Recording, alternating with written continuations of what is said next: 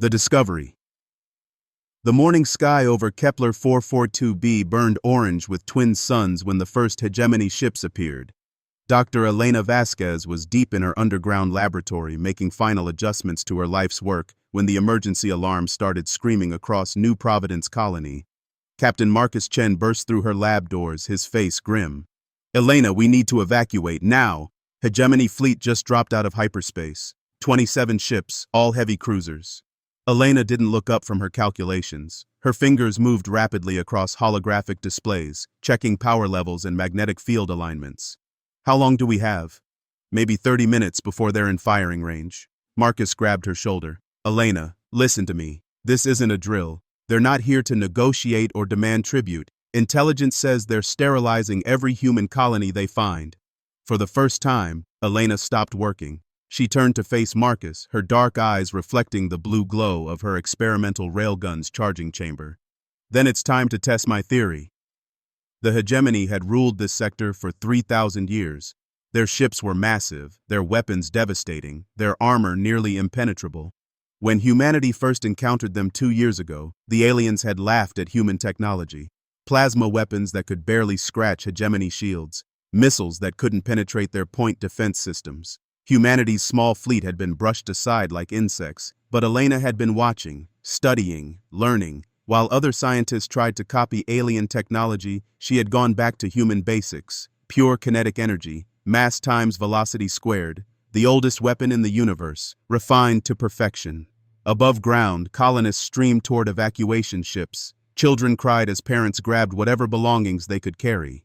The lucky few who could afford passage off-world pushed toward the spaceport. The rest prepared for the worst. Commander Sarah Bishop watched from the bridge of the human patrol ship Defiance as the hegemony fleet approached in perfect formation. Her ship was fast but lightly armed. Against one hegemony cruiser, she might have a chance. Against 27, she was just buying time for the evacuations. "Ma'am," her tactical officer called out. "Lead ship is the World Breaker. That's Zethkar's flagship."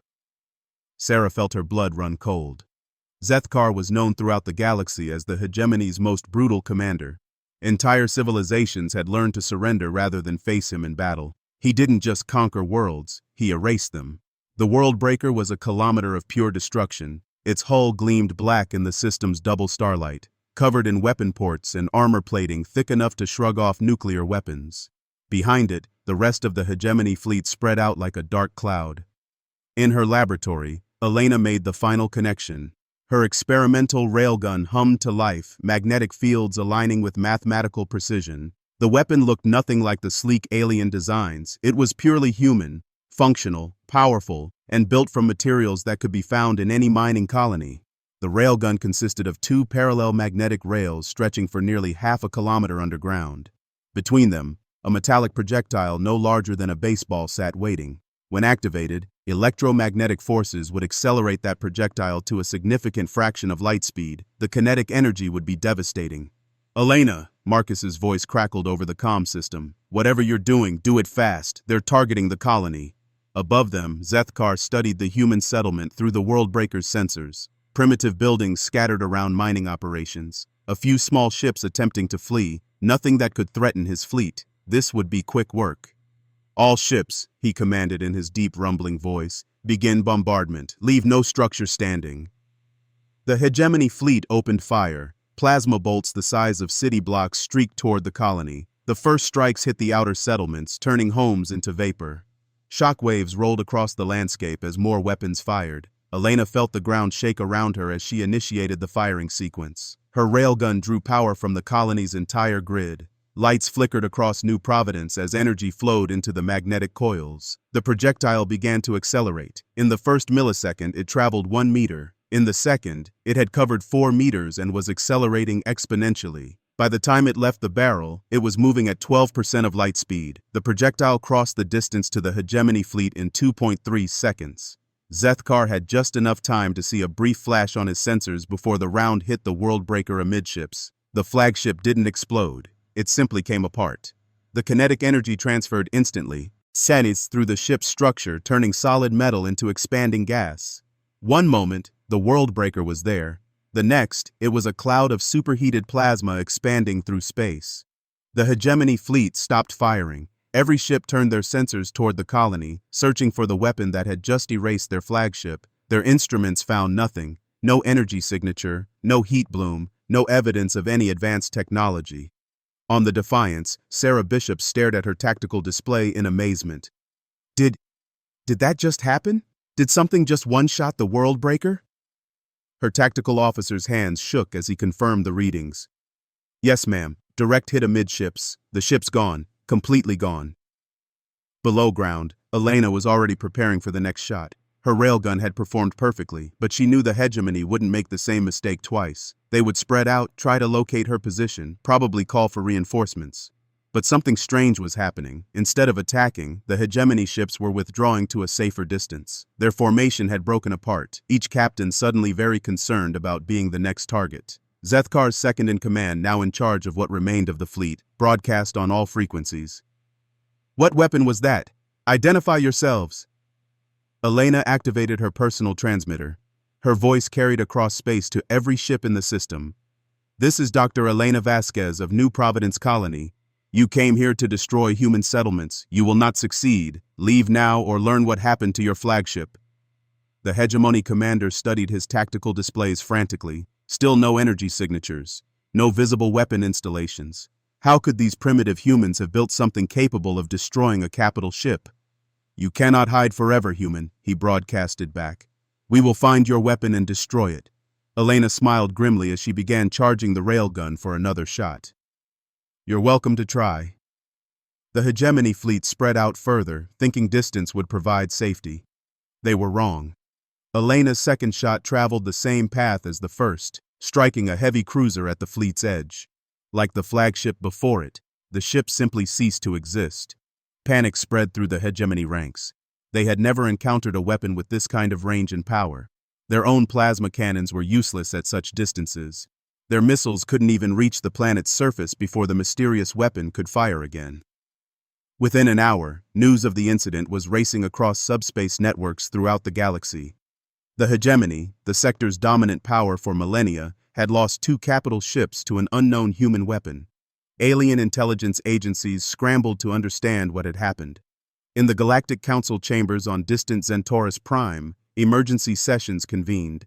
Representatives from dozens of species gathered to discuss this unprecedented development. Humans, who had been barely tolerated as a minor species just learning interstellar travel, had somehow acquired technology that could threaten anyone. Back on Kepler 442b, Elena finally emerged from her laboratory. The hegemony fleet was gone, jumped to hyperspace after losing a third ship to her railgun. The colony was safe, but she knew this was just the beginning. Marcus found her standing in the crater left by the hegemony's bombardment, looking up at the stars. Elena, what have we done? Every alien empire in the galaxy is going to want that weapon. She nodded slowly. Then we better make sure they can't have it. Send a message to Earth Command. Tell them Project Longshot is operational. Tell them we need to start mass production immediately. The age of human vulnerability was over. The age of human strength had begun. Word spread faster than light through quantum communication networks. On colony worlds throughout human space, scientists and engineers received encrypted blueprints. Mining operations were retooled to produce specialized components. Automated factories began working around the clock.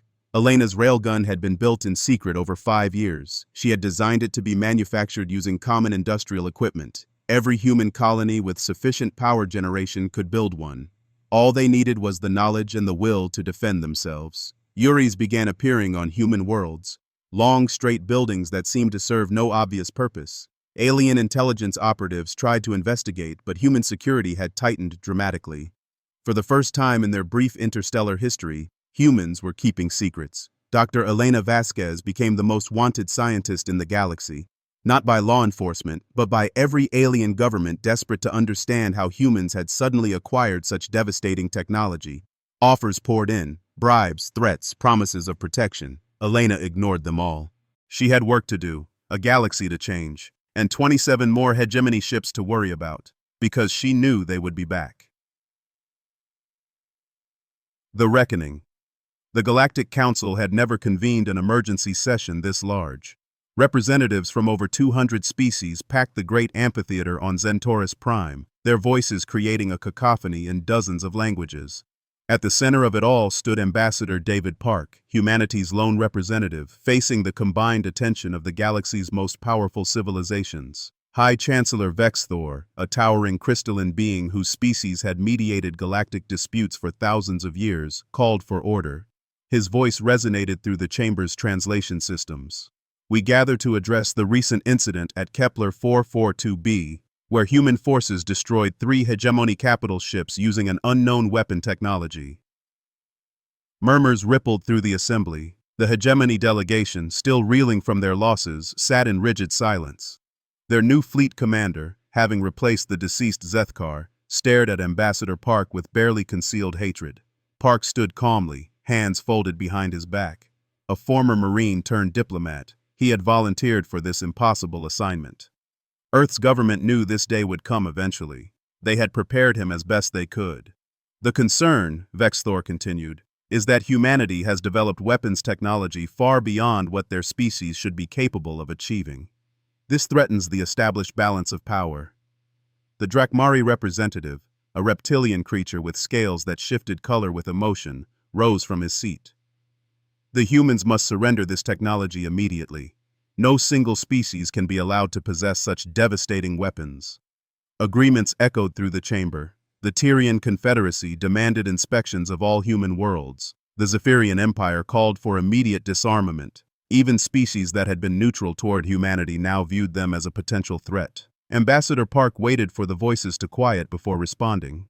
Members of the Council, humanity appreciates your concerns. However, we must respectfully decline to surrender our defensive capabilities.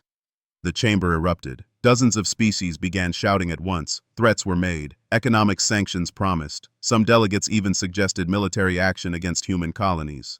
Park remained calm throughout the storm. When silence finally returned, he continued. For 2 years, human colonies have been attacked without provocation. The hegemony has destroyed 17 settlements, killing over 2 million civilians. The Council has taken no action. We have learned that in this galaxy, strength is the only protection.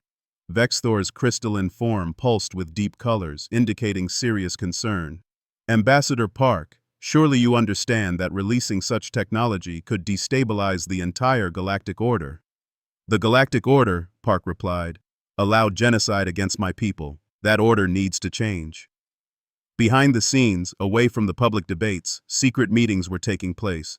In a shielded conference room beneath the council building, 5 of the galaxy's most powerful military leaders gathered around a holographic display showing the Kepler 442b incident. General Korthavel of the hegemony studied the tactical data for the 100th time. The projectile achieved 12% light speed. At that velocity, no known armor can provide protection. Admiral Sixtara of the Tyrian Empire manipulated the hologram, zooming in on the weapon's impact point. The interesting part is what we don't see. No energy buildup before firing, no detectable power source. It's like the weapon doesn't exist until it fires. Commander Vrexdal of the Zephyrian fleet leaned forward. My analysts believe it's some form of kinetic accelerator, ancient technology but refined beyond anything we've seen. The question, interrupted General Nathron of the Drakmari, is how many of these weapons do the humans have? Silence fell over the group. This was the crucial unknown.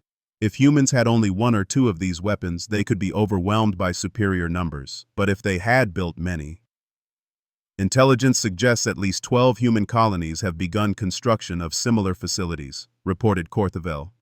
We've detected power grid modifications and materials shipments consistent with large-scale manufacturing. Admiral Sixtara stood, her tentacles writhing with nervous energy. Then we have a small window of opportunity. Strike now, before they can complete their weapons network. The decision was made quickly. 5 major galactic powers would combine their fleets for a coordinated assault on human space. It would be the largest military operation in recent galactic history, designed to capture or destroy the human weapons before they could threaten galactic stability. They would keep the operation secret from the Council, presenting it as a fait accompli once human resistance was crushed. Some species might object, but faced with the combined might of 5 empires, objections would be meaningless. On Earth, General Rita Santos studied the intelligence reports flowing in from human agents throughout the galaxy. The aliens were moving faster than expected, but not faster than humanity had prepared for.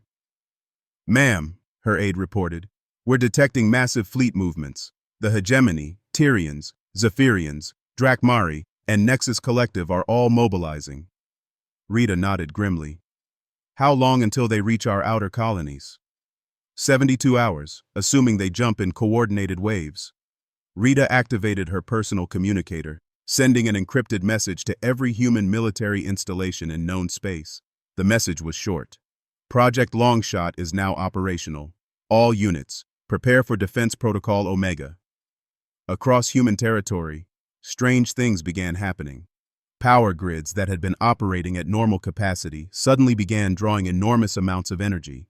Facility commanders who had been constructing mining equipment suddenly received new orders. Dr. Elena Vasquez's blueprints were distributed to locations the aliens knew nothing about. The truth was staggering. While alien intelligence agencies had identified 12 human colonies as potential weapon sites, the actual number was 47.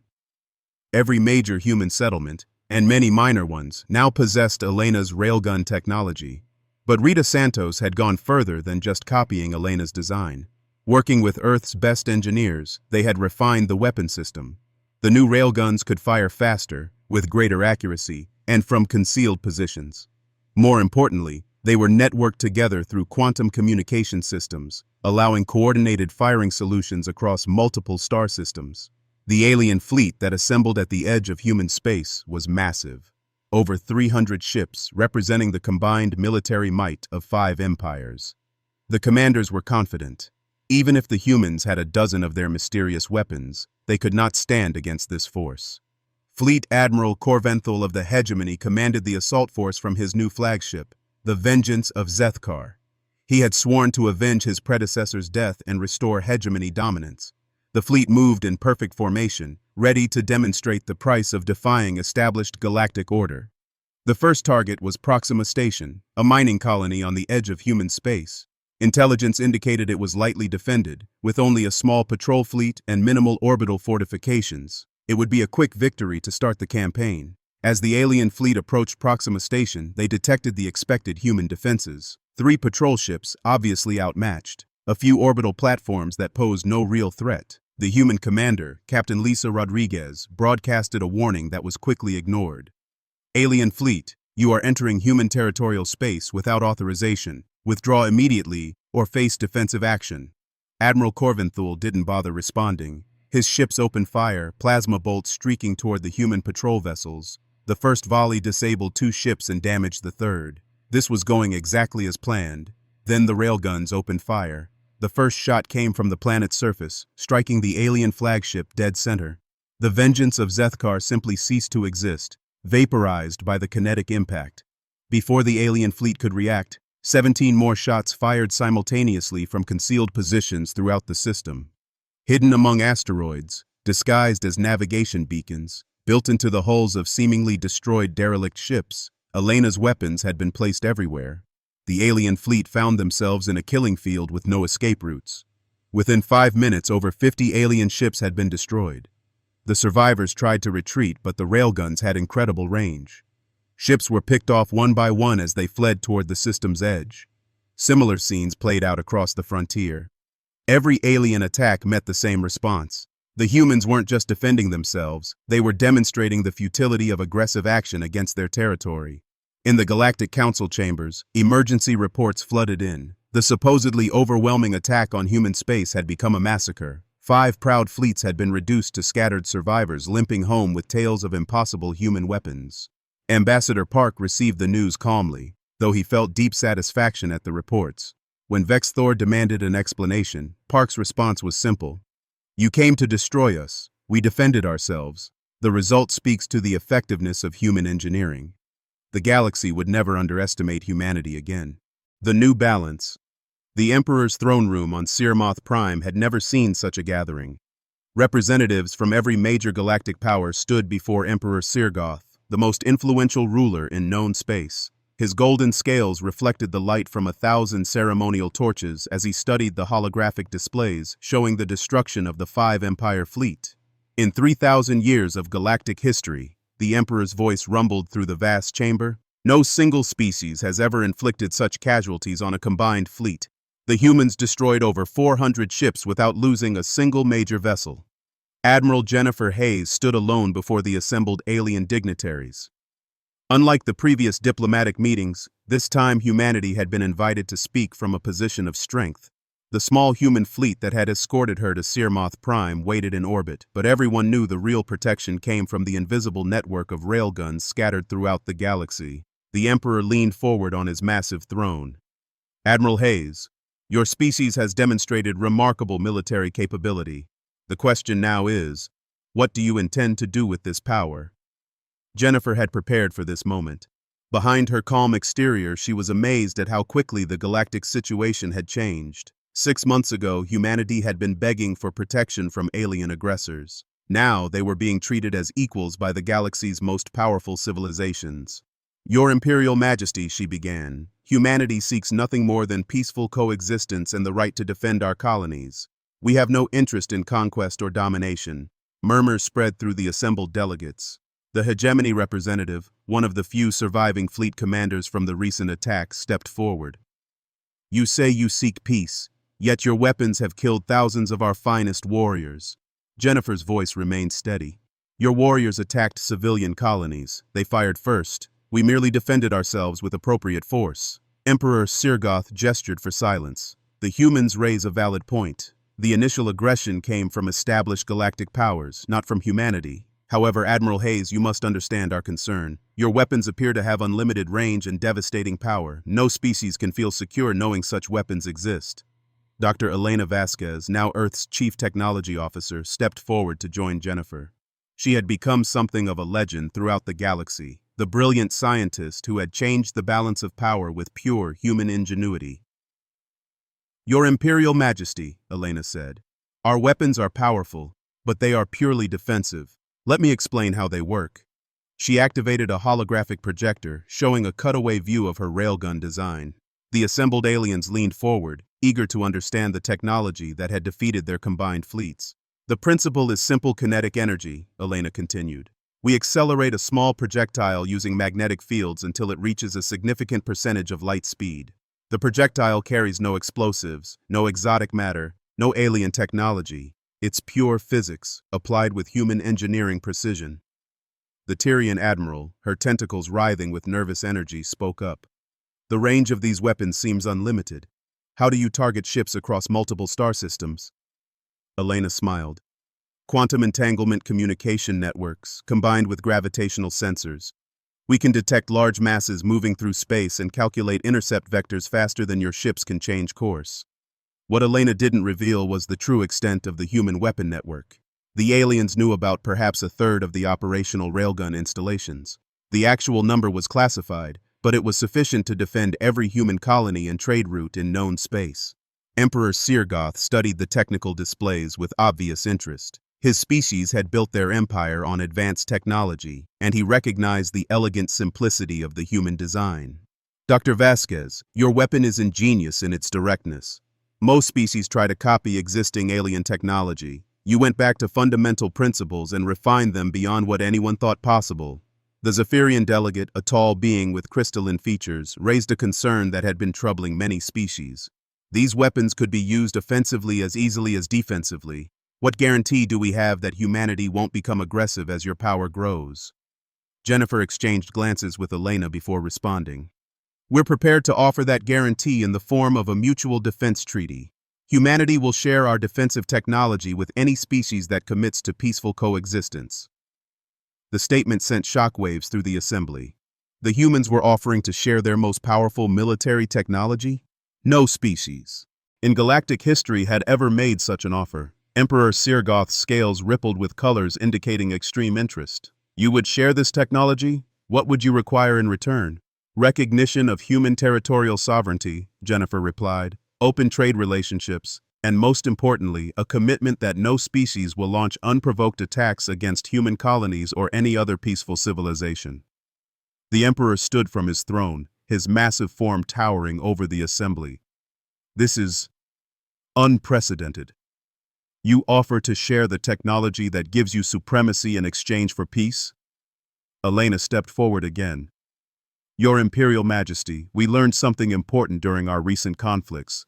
Fear creates more enemies than friends. We could use our weapons to dominate the galaxy through intimidation, but that would only guarantee constant warfare. Instead, we prefer to build security through mutual benefit. Ambassador David Park, who had arrived with the human delegation, added his diplomatic perspective.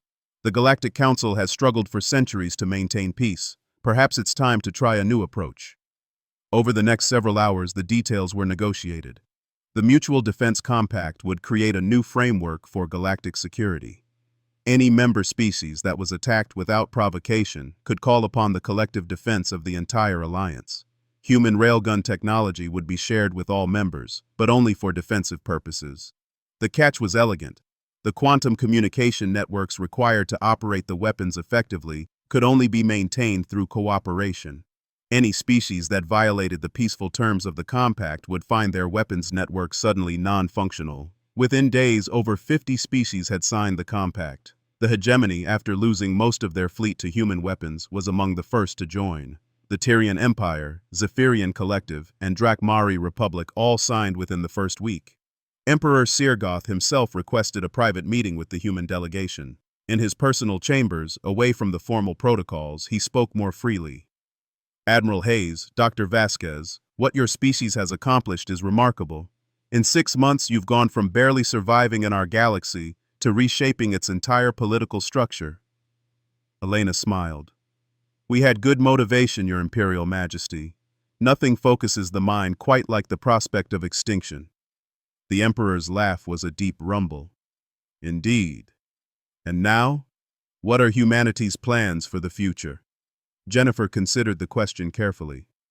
We want to explore, to learn, to build things that have never been built before. The same drives that led Dr. Vasquez to develop her railgun will lead us to new discoveries, new technologies, new ways of understanding the universe.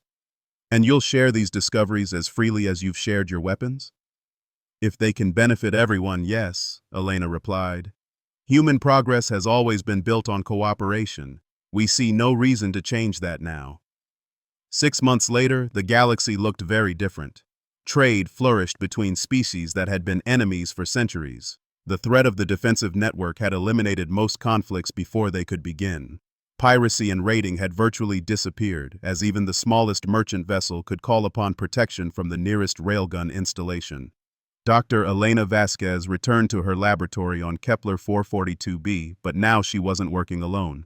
Scientists from dozens of species collaborated on new projects. The quantum communication networks that had made the defense compact possible were being adapted for civilian use. Interstellar communication that had once taken weeks now happened instantaneously. The mining colony that had faced extinction was now one of the most important research centers in the galaxy. Students came from across known space to study at the Elena Vasquez Institute for Applied Physics. The woman who had saved humanity was now helping to elevate every species toward new technological achievements. Captain Marcus Chen, promoted to colonel, commanded the Institute's security forces. He often stood in the same crater where Elena had first tested her railgun, remembering that desperate morning when human survival had hung by a thread. Did you ever imagine it would lead to this? He asked Elena during one of their regular walks around the facility. Elena looked up at the stars, where the lights of alien ships could be seen approaching the orbital stations. Traders, scientists, diplomats, all coming to what had once been an insignificant human mining colony. I just wanted to keep my people alive, she said quietly. I never imagined we'd end up keeping everyone alive. The railgun that had roared across space and silenced the galaxy now stood as a monument to human ingenuity and determination. It had fired only 7 shots in anger, but those 7 shots had changed the course of galactic history. The galaxy was no longer silent. It was alive with cooperation, discovery, and the endless potential that emerged when different species worked together instead of against each other. And at the heart of it all was a simple human truth. The best weapon is one you never have to use.